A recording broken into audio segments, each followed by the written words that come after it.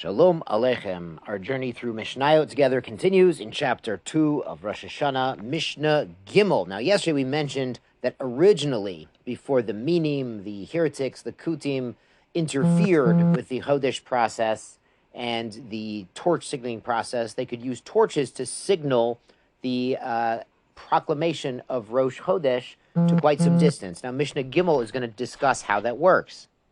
Ketzad hayu masin masot. How would they raise the torches?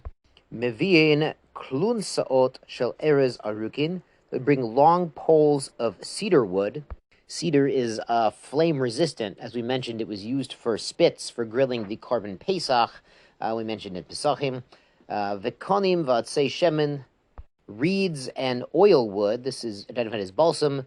Noret shel pishtan, and combings from the flax, things that are very flammable, that will light up and burn brightly.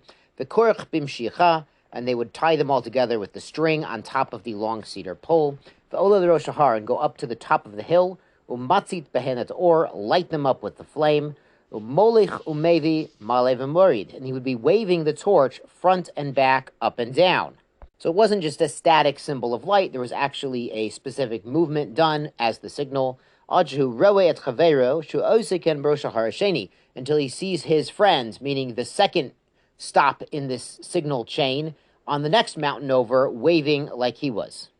And so too until the top of the third mountain, meaning the guy on the second mountaintop keeps waving his signal until he sees the watchman with his own prepared torch on the third mountain has lit up and is now signaling towards the fourth mountain.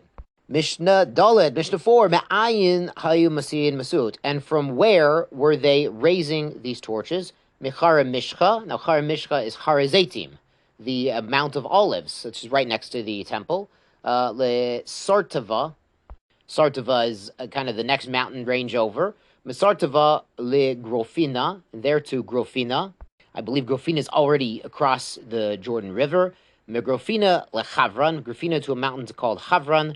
Mechavron lebeit Baltin, and Chavran, which I think is in southern Syria, it reached to the Beit Baltin mountain, which is all the way on the border towards Bavel.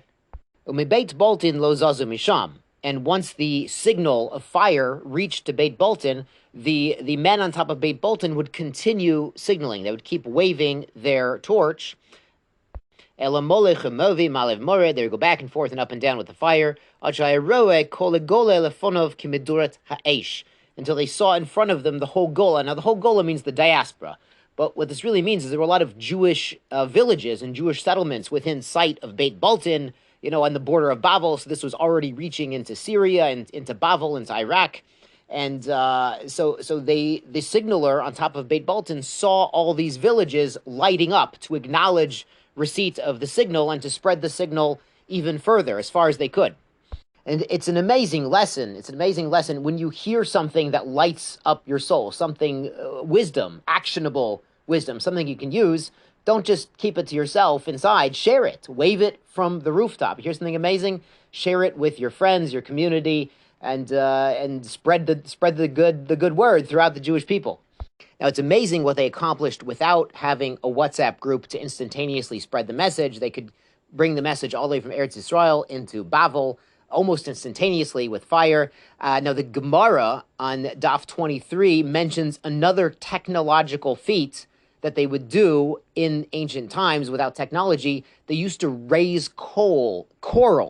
They would rip coral out of the ocean bed without any diving equipment. And the Gemara explains what they did was they brought thousands of men and a huge barge, and they would shovel sands. They'd load sand onto the barge until it was halfway sunk into the water. And then the divers would go down and tie ropes from the barge onto the coral. And then they'd have all these men dump the sand off the deck of the barge to have it lift up again, to have more buoyancy, and that action would rip the coral out of the ocean bed, and then they could harvest the coral and use it for, their furniture and their kalim and the nice fancy stuff. So it can be very impressive what men in ancient times managed to accomplish without the benefits and the ease of modern technology. And of course, in Limud Torah, they accomplished great things in Torah and wisdom that we rely on to this day, and they did it even without coffee. It hadn't been discovered yet. So that's truly miraculous, in my opinion. Yashar kochachem and sei gesund.